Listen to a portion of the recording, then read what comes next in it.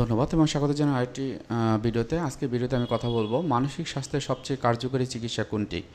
অনেকেই এই প্রশ্নটি সম্পর্কে জানতে চান এবং হয়তোবা তারা বিভিন্ন রকমের ইউটিউব অথবা গুগলে সার্চ করেন প্রপার ট্রিটমেন্ট এবং অ্যাসেসমেন্ট এবং অন্যান্য যে বিষয়গুলো মানসিক স্বাস্থ্যের জন্য খুবই গুরুত্বপূর্ণ সেই সম্পর্কে যদি আপনি জানতে চান তাহলে অবশ্যই আবার এই যে ভিডিওটি খুবই উপকার হবে বলে আমি আশা রাখি। আমি আছি কাউন্সেলিং সাইকোলজিস্ট আসাদুজ্জামান রাজু, বর্তমানে প্র্যাকটিস করছি pineal mental health care centre.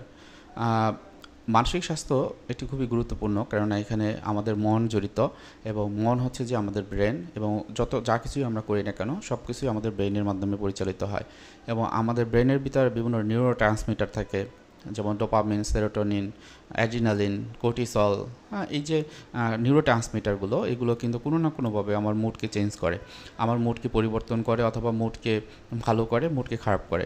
So আমরা যখন এই যে কাউন্সেলিং বা মানসিক সমস্যার যে চিকিৎসা পদ্ধতি যখন আমরা করি, তখন কিন্তু আলটিমেটলি আমাদের ব্রেনের যে এক্সারসাইজ সেগুলোই করে থাকি। কীভাবে আমাদের এই সেরোটোনিন বা ডোপামিন বা অন্যান্য যে হরমোনগুলো রয়েছে, নিউরো ট্রান্সমিটারগুলো রয়েছে, সেগুলো কীভাবে আমরা ডেভেলপ করি, আরও বেশি ম্যাচিওর করি। সো মানসিক স্বাস্থ্যের সবচেয়ে গুরুত্বপূর্ণ যে চিকিৎসা পদ্ধতি যেটি বহুল প্রচারিত সেটা হলো কাউন্সেলিং বা সাইকোথেরাপি এবং সাথে সাথে মেডিসিন। এখন এটি হলো বহুল প্রচারিত এবং অনেক বেশি সায়েন্টিফিক, যেখানে হয়তো মানসিক সমস্যার জন্য আমরা একটা সময় দেখেছি বা এখনও অনেক সময় আমরা দেখি যে বিভিন্ন রকমের তাবিজ কবজের মাধ্যমে চিকিৎসা দেওয়া হয়। বিভিন্ন রকমের যে ট্র্যাডিশনাল হিলিং যে বলা হয়, যে বিভিন্ন রকমের পানি পড়া অথবা অন্যান্য খাবার, এই পড়াগুলো এইগুলো কিন্তু তারা দিয়ে থাকে, কিন্তু যেটা হলো সায়েন্টিফিক কোনো বেস নেই। অনেক ক্ষেত্রে অনেক ধর্মীয় গুরু বা ধর্ম সংক্রান্ত বিভিন্ন চিকিৎসা পদ্ধতি দেওয়া হয় যেটার হলো বৈজ্ঞানিক কোনো বেস নেই, তো সেটা ধর্ম রিলেটেড। আমি যেহেতু সাইকোলজিস্ট, আমি অবশ্যই আমার সায়েন্টিফিক যে ওয়ে আছে সেটাই আমি বলবো। এখানে সায়েন্সের কথাটা যখন আসে, আমরা মানসিক সমস্যার চিকিৎসার ক্ষেত্রে দুটি চিকিৎসা পদ্ধতির কথা বলি। একটা হলো সাইকিয়াট্রিক মেডিসিন, যেটি হলো আপনার ব্রেনের যে কেমিক্যালগুলো ইনস্ট্যান্টলি বা ইমিডিয়েটলি বা একটা অল্প সময়ের ভিতরে কিন্তু পরিবর্তন নিয়ে আসে, এবং এর মাধ্যমে হয়তোবা আপনার ভিতরে যদি অ্যাংজাইটি, ডিপ্রেশন বা অন্যান্য যে মানসিক সমস্যাগুলো রয়েছে, পিটিএসডি, ওসিডি, সেগুলো কিন্তু খুব অল্প সময়ের ভিতরে একটা ডেভেলপমেন্ট হয় এবং আপনি ভালো থাকতে পারেন।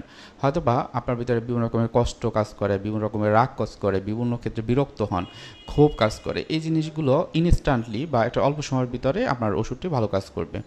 হয়তোবা আপনার ঘুমের সমস্যা রয়েছে, আপনার অন্যের সাথে যোগাযোগ করতে গেলে মেজাজ গরম হয়ে যায়, রাগ হয়, সেক্ষেত্রে এই যে রাগের পরিমাণটা সেটি কমিয়ে দেবে আপনার মেডিসিন।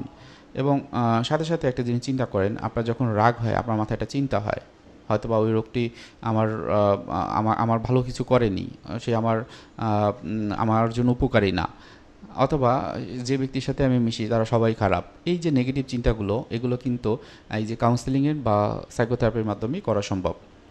সো কাউন্সেলিং এবং সাইকোথেরাপি যেমন একই সাথে একটা টার্ম হিসেবে অনেক ক্ষেত্রে ব্যবহার হয়, সাথে সাথে এই যে সাইকিয়াট্রিক মেডিসিন সেটি কিন্তু অন্যান্য মেডিসিন থেকে আলাদা, এবং সেখানে একজন সাইকিয়াট্রিস্ট তার এমবিবিএস ডক্টর, সাথে সাথে তার এফসিপিএস করা এবং সাইকিয়াট্রিতে বিভিন্ন রকমের ট্রেনিং নেওয়ার পর কিন্তু সে এই মেডিসিন স্পেশালিস্ট হিসেবে থাকেন। এবং আপনি যদি অন্যান্য কান্ট্রিগুলোতে দেখেন যে হয়তো যদি ইন্ডিয়াতে যান, চেন্নাই যান অথবা কলকাতা যান অথবা কানাডা যান, অস্ট্রেলিয়া যান বা ইউএসএ যান, যেখানেই যান না কেন, এই সাইকোথেরাপি বা কাউন্সেলিং সাথে হলো মেডিসিন ট্রিটমেন্ট, এটা হলো বহুল প্রচলিত মানসিক সমস্যার জন্য।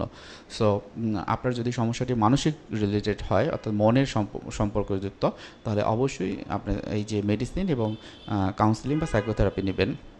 হয়তোবা আপনার সাথে কনফিউশন থাকবে যে আসলে আমি কি কাউন্সেলিং নেব নাকি মেডিসিন নেব। সেক্ষেত্রে একটা জিনিস আমরা সবসময় উল্লেখ করি, সেটা হলো যে আপনার প্রবলেমটা যদি অনেক তীব্র থাকে, অনেক বেশি কষ্ট লাগে, অনেক বেশি রাগ লাগে, সেক্ষেত্রে প্রথমেই হচ্ছে একজন সাইকিয়াট্রিস্টের কাছে গিয়ে ইনিশিয়াল অ্যাসেসমেন্ট করা এবং তার কাছ থেকে ওষুধের মাধ্যমে এগুলো কমিয়ে নিয়ে আসা।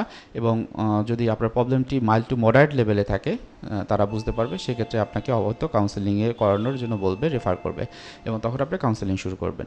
সুতরাং সর্বশেষে আমি যদি বলি যে বর্তমানে বৈজ্ঞানিক যে পদ্ধতি, তার বৈজ্ঞানিক পদ্ধতিতে আপনাকে কাউন্সেলিং বা সাইকোথেরাপি এবং মেডিসিন চিকিৎসা নিতে হবে। সেক্ষেত্রে আপনার মানসিক সমস্যার জন্য যে যা কিছু করার দরকার, তারা এই যে দুই ধরনের প্রফেশনাল তারা আপনাকে হেল্প করবে, এবং আপনার মানসিক সমস্যাটা অনেক ক্ষেত্রে দেখবেন হয়তো বা 2 থেকে 3 মাসের ভিতরে, যেটা হয়তো বা 10 বছরে সম্ভব হয়নি, সেটি কমে যাবে। সবাই ভালো থাকেন, সুস্থ থাকেন। আসসালামু আলাইকুম।